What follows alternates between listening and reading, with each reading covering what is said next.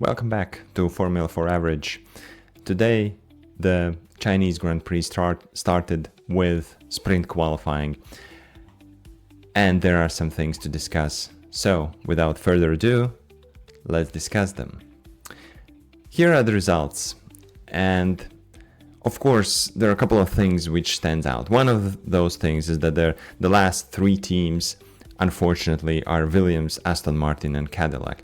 I guess about the Aston Martin and Cadillac, no surprises there, but I guess the biggest flop, well, if we don't count also the Aston Martin's mishaps, then the biggest flop is Williams, and all the hype which was about Williams, how strong they were last year in the upwards trajectory and everything, and now unfortunately they are out in SQ1,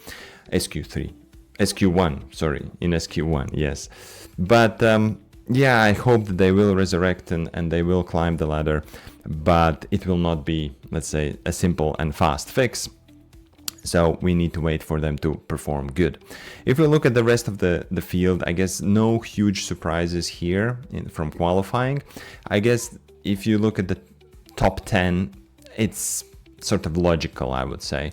There are, of course, some places could be here and there, like Haas and Audi. They could swap back and forth, but in general, I believe that the top 10 is pretty much as expected.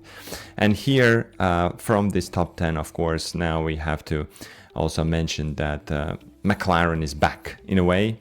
Of course, I can't say yet, we haven't seen the race stints, but in qualifying, they were in the fight with Ferrari, as we can see that. However, Mercedes is still in the league on their own. George Russell, Kimi Antonelli, first and second, and Kimi is behind, almost 3/10 behind, so it's already quite a huge gap between them. But yes, Kimi said that he made some mistakes, so let's leave it like that, so that Mercedes is pretty, let's say, equal on the strength there. However, if we look further down, Norris 6/10 down, Hamilton 6.5 down, then Piastri 7/10 down, and Charles Leclerc in P6 is already 1 second down. I mean, quite a huge and mind-blowing numbers, to be honest, because we haven't seen these kind of gaps for a very long time. It was like all the top 10 was in a couple of tenths in the previous set of rules, but now 10th place Isaac Hadjar is 2.2 seconds down. I mean, we haven't seen such gaps for a very long time, so it's wild to see these kind of numbers, but it is what it is, right? So what can we do? The new engines, new regulations, they come into play, and these things happen. So from sprint qualifying, we can see that pretty much the fight, as I said, between, and I mentioned it also previously, from let's say second, third team, and maybe even fourth team, they are wide open, I would say. They are more or less close. But then Mercedes at the moment, they look in the league on their own, as I said. And of course, also previously in Australia, their qualifying pace was much more, let's say, greater than actually it was than later in the race. In the race in Australia, Ferrari looked much more competitive in the race pace than they were in the qualifying. So let's see if this is the same situation here in China. But at least in the qualifying, again, nobody could object to Mercedes' pace. Then I must also mention Pierre Gasly and P7. I think it's a great achievement from them, and also Pierre himself, after the qualifying or sprint qualifying, said that he really enjoyed, he was connected with the car, he liked what the car was doing, so in that sense he was good. On the opposite side, Verstappen said that the car was nowhere. hated it basically, and you can see that in the result also. 1.7 seconds from George Russell. I mean, it's a huge difference. And then, yeah, Oliver Bearman and Isaac Hadjar closing out the top 10. As I said already, 2.2 seconds, huge gap, but still top 10. So this is where we are with the sprint qualifying. Tomorrow morning, our time, it's sprint race, and then later in the day, the qualifying for the main race on Sunday. Next, I want to discuss, and I want to show you one more thing. I haven't done it in these reviews, but I want to take a look at the telemetry. And I'm using this GP Tempo page. I will put the link to this page in the video description so that you can also go and enjoy it and look at it. So I have selected here, as you see, 2026 Chinese Grand Prix sprint qualifying. And what I want to show and want to just very briefly to explain so that it would be clear to the average user or average fan of Formula One, when we talk about these super clippings and that these new engines are, let's say, starving during this huge straights. So very brief example. I will pull up Hamilton, and as you see here, it shows me the fastest laps during the qualifying. So as you see, so lap 12 was the lap when he set his fastest time of this qualifying session.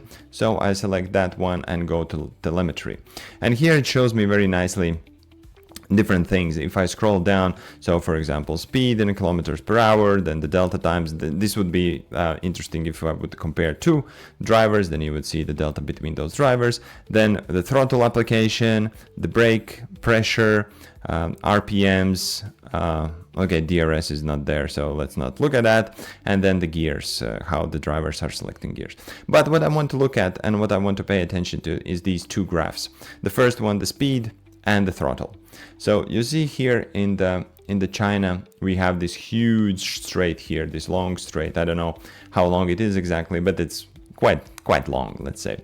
And what's interesting, if we look at the speed, so here you see, okay, they exit the turn 13, and then they start to, of course, here already start to accelerate. The turn 13 is here, and then they go out in the straight and accelerate furthermore. And here in the middle, so it's not even the middle, it's like, let's say 2/5 of the straight. In this case, it's Hamilton's time, right? So as you see, he hits the 330 kilometers per hour, which is great. Not the fastest, not the slowest, but let's say 330 kilometers per hour. I think Hadjar hit some 340 kilometers at some point, but anyway. And then what happens, you see on the graph below here, is still on the full throttle. You see, well, there are some small glitches here, but in general, he's on full throttle. So pedal to the metal, right? But you see what happens with the speed. As we go further, the throttle is still fully pressed. He's on full throttle here, but the speed is dropping. And this is this is the huge discussion point about these new engine regs and everything, that the engine, basically the battery runs out and the driver is left with less power. So it's all about this battery management and which driver can manage it better. But it's pretty much from qualifying, we can look at any driver and the picture is the same. So if I go up and let's add the driver, let's take let's take Verstappen. So we compare, let's take also Verstappen's time here, for example. So now with blue is Verstappen, with red is still Hamilton, and you see the same pictures here, right? Also here, Verstappen full throttle all the way until the braking point here, but the top speed he achieves somewhere here, and then still being full throttle, the the speed decreases, and it decreases quite significant. So if you look at Hamilton, it's 330 kilometers here, and before he starts braking, it's 300 kilometers here. So basically 10% drop in the speed, which is quite significant. And this is what the drivers have to deal with. And I guess in the race, we'll need to come back and take a look at the race pace, but in the race it will be about which driver can preserve the battery power better so that they can get out of this more. If we look at Russell or Norris on top three, there are some glitches in the telemetry, I must say. So if let's select Norris and Russell, let's select their fastest lap times. So here lap 12, lap 12, lap 10 for Russell. But if we compare these, you see there are some glitches here, but the trend is the same. So for example, for Mercedes and for Antonelli and Russell, the top speed here is a little bit higher than for Hamilton, and so they are going 335 kilometers per hour, both Antonelli and Russell, and then it starts to drop. Unfortunately, here's a glitch in this telemetry, because this should not be like that. They are not staying like horizontal. This line, the telemetry line, it should be dropping, but we see that the trend is the same. They reach the maximum speed somewhere here in the middle, not quite in the middle of the straight, and then the top speed starts to decline, even though, as you see, all of them are full throttle. Nobody is lifting here, but the speed is dropping. So this is the hybrid engine downside, that even though driver is going full throttle, the speed is dropping. And I think this telemetry shows that very well. So that was the thing I wanted to discuss a little bit more. And the last thing I want to address, unfortunately, is these news. So it's not officially confirmed by Formula One yet. However, there are multiple sources, as you see, ESPN, Sky Sports, and they are pretty much reporting that F1 is about to cancel, unfortunately, 2 races due to the war situation in the Middle East, basically in Bahrain and in Saudi Arabia, which were set to happen in April. It seems that they will be cancelled, because of course it's not just about the teams and being there at the time, but it's also about the logistics, getting everything in and out.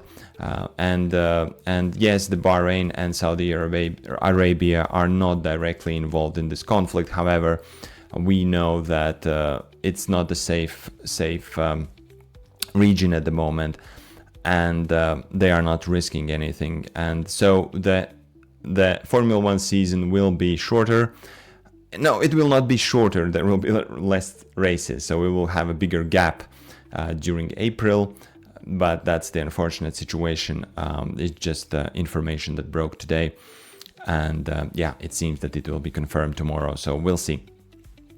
But I was thinking about this, and of course we don't know what this situation with these regulations about the power units will bring during the June, or in June when they come into force. As we know that let's say Mercedes is kind of at the moment, the power units from Mercedes are kind of in advantageous position, that these compression ratios are higher, and then from 1st of June they want to sort of regulate this and measure these compression ratios while the power unit is in this operating temperature, meaning 130 degrees.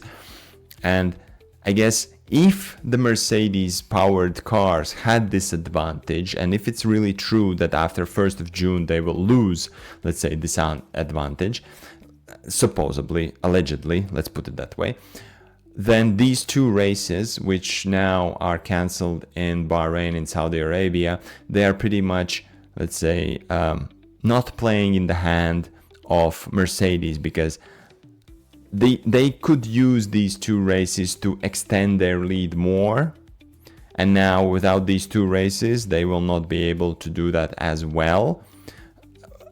It's a speculation. I'm not saying that this is the case, but if that is true, then this conflict in